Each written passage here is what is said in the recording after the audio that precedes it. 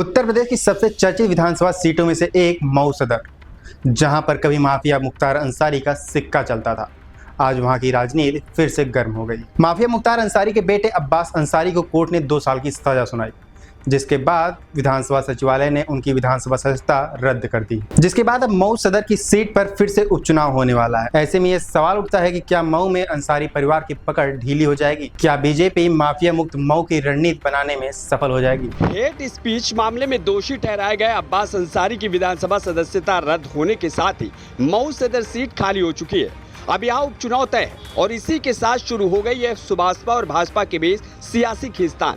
दोनों दल इस सीट पर दावा कर रहे हैं और अपने अपने तर्कों के साथ मैदान में उतरने की तैयारी में है। सवाल है कि किसकी दावेदारी मजबूत है और इस बार क्या अंसारी परिवार की पकड़ ढीली पड़ेगी? शनिवार को एमपी एमएलए कोर्ट ने अब्बास अंसारी को 2 साल की सजा सुनाई। रविवार को ही विधानसभा सचिवालय ने सीट रिक्त घोषित कर दी और निर्वाचन आयोग को उपचुनाव का प्रस्ताव भेज दिया। सरकार की ये तेजी भी अपने आप में एक राजनीतिक संकेत है कि यूपी में उपचुनाव को लेकर रणनीति पहले से तय थी। अब्बास अंसारी जब विधायक बने थे तब वो सुभाषपा सपा गठबंधन में थे, लेकिन अब ओम प्रकाश राजभर की पार्टी भाजपा के साथ है। ऐसे में दोनों दल इस सीट पर अपना हक जता रहे हैं। भाजपा का तर्क है कि 2024 लोकसभा चुनाव में उन्होंने सुभाषपा प्रमुख के बेटे अरविंद राजभर को मऊ से मौका दिया था। अब उपचुनाव में भाजपा खुद के प्रत्याशी उतारना चाहती है। उधर ओपी राजभर का कहना है कि ये सीट सुभाषपा के विधायक की सदस्यता रद्द होने से खाली हुई है, इसीलिए यह सीट उनकी पार्टी की है। राजभर ने यहां तक कहा कि गठबंधन में निर्णय सामूहिक होते हैं, लेकिन दावा उन्हीं का रहेगा।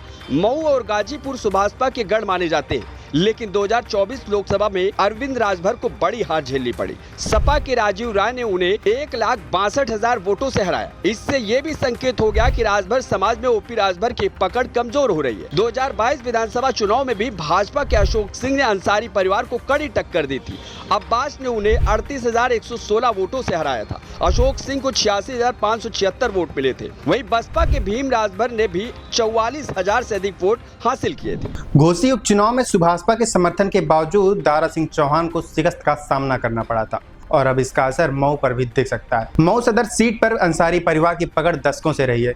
मुख्तार अंसारी खुद यहां से 5 बार विधायक चुने गए थे और उनके जेल जाने के बाद उनके बेटे अब्बास अंसारी यहां से चुनाव लड़े और जीते भी। लेकिन भाजपा भी इस सीट पर अंसारी परिवार के वर्चस्व को तोड़ने की रणनीति में जुट चुकी। अशोक सिंह जो वर्षों से अंसारी परिवार के खिलाफ मोर्चा खोले हुए हैं, इस बार मऊ सीट पर भाजपा के लिए मजबूत दावेदार माने जा रहे हैं। कार्यकर्ता की मांग भी यही है कि उन्हें टिकट मिले ताकि अंसारी परिवार को सीधी चुनौती दी जा सके। सरकार ने शनिवार को सजा मिलने पर रविवार को सीट रिक्त करने का आदेश जारी कर दिखा दिया कि वह किसी भी तरह अब्बास को राहत पाने का समय नहीं देना चाहती थी। अगर अब्बास सोमवार को हाईकोर्ट से स्टे पा लेते तो सीट खाली नहीं मानी जाती। अब अब्बास को हाईकोर्ट में दोहरी चुनौती का सामना करना है, एक सजा पर स्टे और दूसरा सदस्यता बहाली की अर्जी। इस बीच चुनाव आयोग कभी भी उपचुनाव की तारीख घोषित कर सकता है। राजनीतिक विश्लेषकों का मानना है कि अगर सुभाषपा को सीट मिलती है तो वह भी अंसारी परिवार के किसी भी सदस्य को ही मैदान में उतार सकती है, क्योंकि मऊ में सुभाषपा की राजनीति